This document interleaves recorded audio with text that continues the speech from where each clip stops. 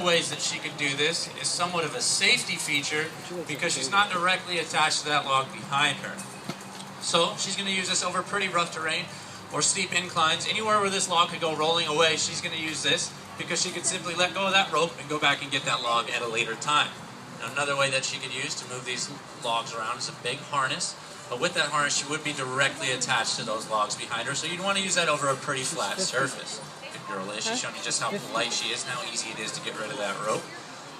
Now, if you guys have ever been lucky enough to see one of these elephants doing this type of work in the forests of Southeast Asia, you might notice that Liz here looks a little bit different than the elephants you might typically see doing this.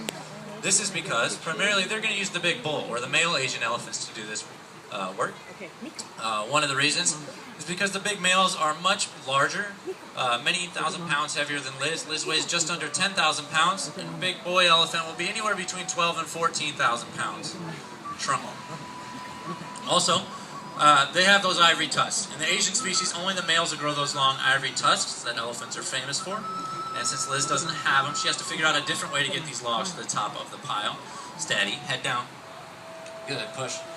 She's using a combination here of her head, her nose, and her feet to get this log to the top of the pile. And let's hear it for Liz and her first log.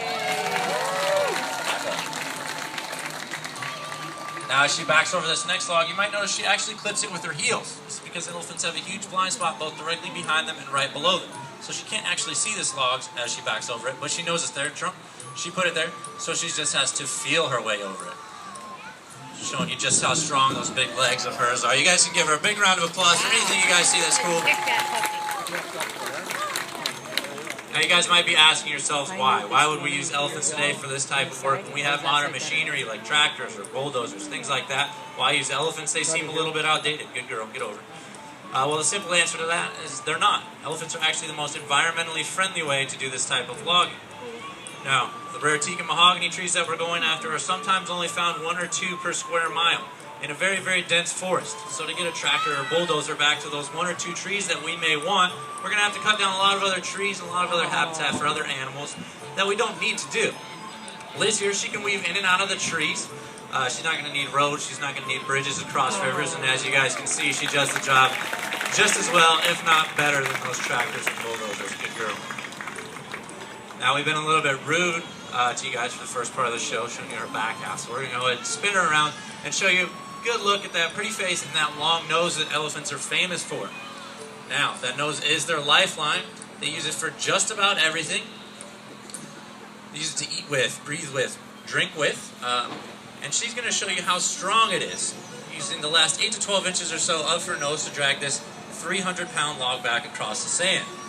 And as she does this, you guys might get a great look at the very end of her nose where she has one finger-like appendage that she'll use just like a hand to pick a single blade of grass off the ground or a single leaf out of a tree.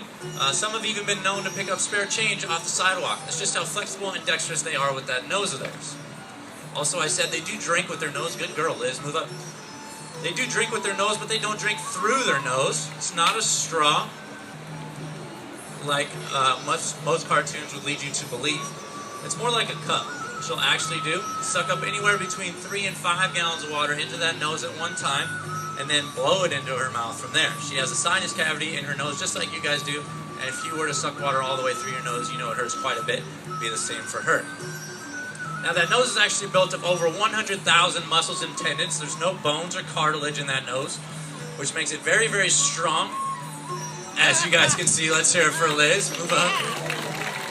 Not very easy to do with your nose. I'd like to see any one of you guys try. She's got them right over there. Now, this is the last of Liz's large logs here.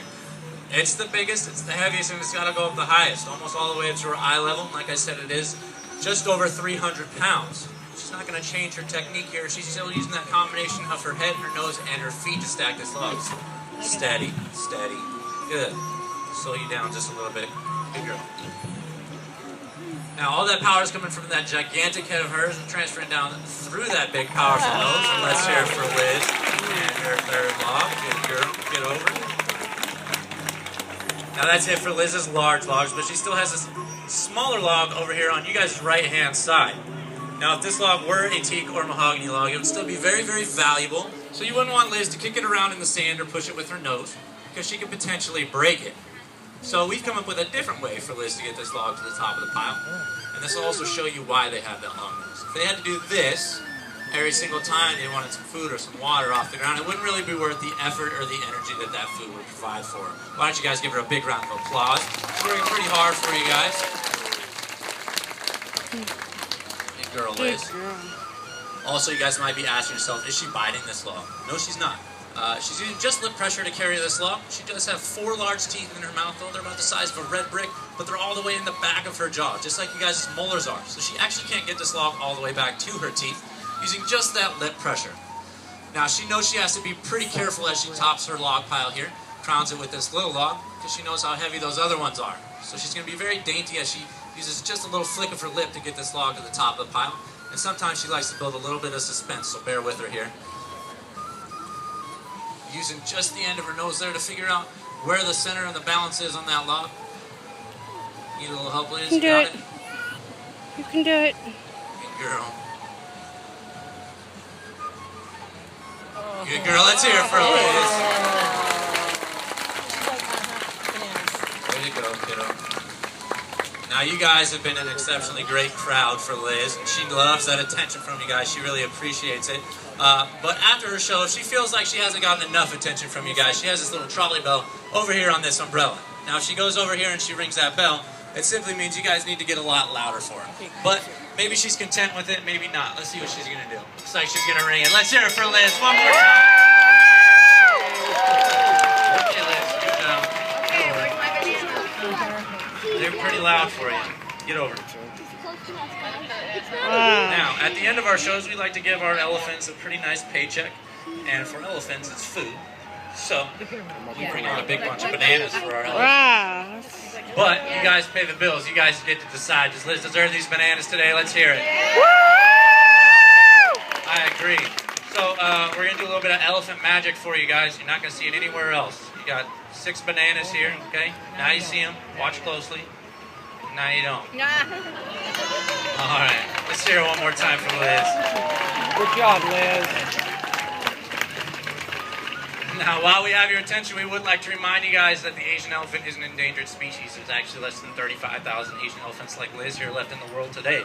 It's our hope that you guys can come out here, check out our shows, maybe ride an elephant, and therefore gain a greater appreciation for them, and maybe even want to help us conserve them. So there's a couple things you can do. One is to never, ever buy any ivory products. If it's not worth anything to you guys, it won't be worth anything to the poachers, and it can stay right where it belongs on elephants, like our African elephant Valerie, and even the male Asian elephants. Can you guys agree to do that? Never buy any ivory products? Make some noise if you agree. Awesome. Great work, guys.